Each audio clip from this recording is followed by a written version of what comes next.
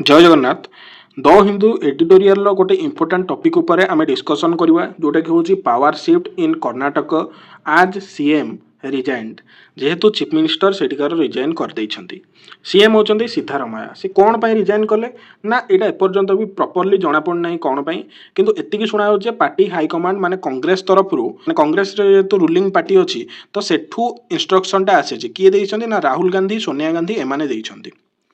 तो आमर कन्स्टिट्यूशन ए विषय कौन कहूँ जे सीएम को रिजाइन विषय आर्टिकल 164 ऑफ द कन्स्टिट्यूशन कहूँ सीएम मा chief minister if resigns then entire council of minister will resign. तो जदि चीफ मिनिस्टर जड़े रिजाइन करुच्ची ताहले संपूर्ण काउंसिल ऑफ मिनिस्टर को रिजाइन करिया को पड़िबो। Then but now there is only power shift. तो बर्तमान कौन है ना ओनली पावर शिफ्ट है एमती नुह जे पूरा टोटाल दल बदल जाइए माने कौन ना कांग्रेस रु बीजेपी हो जाइए बर्तमान सीएम कैंडिडेट एमती है से कांग्रेस मध्य ही दलटार बा पावर शिफ्टिंगटा होती। तो Congress is still in the power. Congress बर्तमान प्रॉपर्ली भाव में पावर ही अच्छी। बस कांग्रेस रु गोटे ऑर्डर आसिला जे सिद्धारमैया बर्तमान पावरटा आउ जन पाखु ट्रांसफर करदेवे से पार्टी भितर। तो कौन है सो न्यू सीएम माने चूजन बाय कांग्रेस द्वारा जने नुआ सीएम को अपॉइंटमेंट करा है। ना होचंती डीके शिवकुमार। डीके शिवकुमार वर्तमान अपॉइंटेड होइछंती। Will be appointed by the governor. का द्वारा ना गवर्नर ही सीएम को अपॉइंट करिवे and he will appointed the COM. He will not appointed it is माने he will appoint the COM।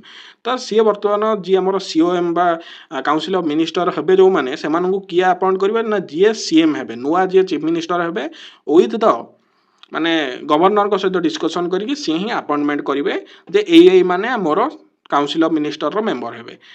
तो ये कौन देखिए ना council of minister during Siddaramaiah may not be in डीकेस बा DK Shivakumar council of minister हो पारती न हो पारती है माने ना जे नुआ से जो मैंने काउंसिल ऑफ मिनिस्टर भितर जो मैंने भी थिले से माने वर्तमान डीके शिवकुमार बा न्यू सीएम को काउंसिल ऑफ मिनिस्ट्री से एमती किसी माने ना। तो मे भी से चेंजेस हो पारे कि जदि भी चेंजेस न होता है देन से जहाँ भी पोर्टफोलियो आगुरी रखी तो सही सेम पोर्टफोलियो मिली से ग्यारंटी ना। तो से पुणी थे रिइलेक्टेड हेबे आ पुणी थे ओथ ने क्या ना गवर्नर को पाखे। तो यहाँ आज टॉपिक ऑफ डिस्कशन जे आमर सिद्धारमैया माने पावर शिफ्टिंग हो जाए नुआ सीएम आसचंती डीके शिवकुमार से मात्र 2 ईयर से बर्तमान सीएम रहिबे।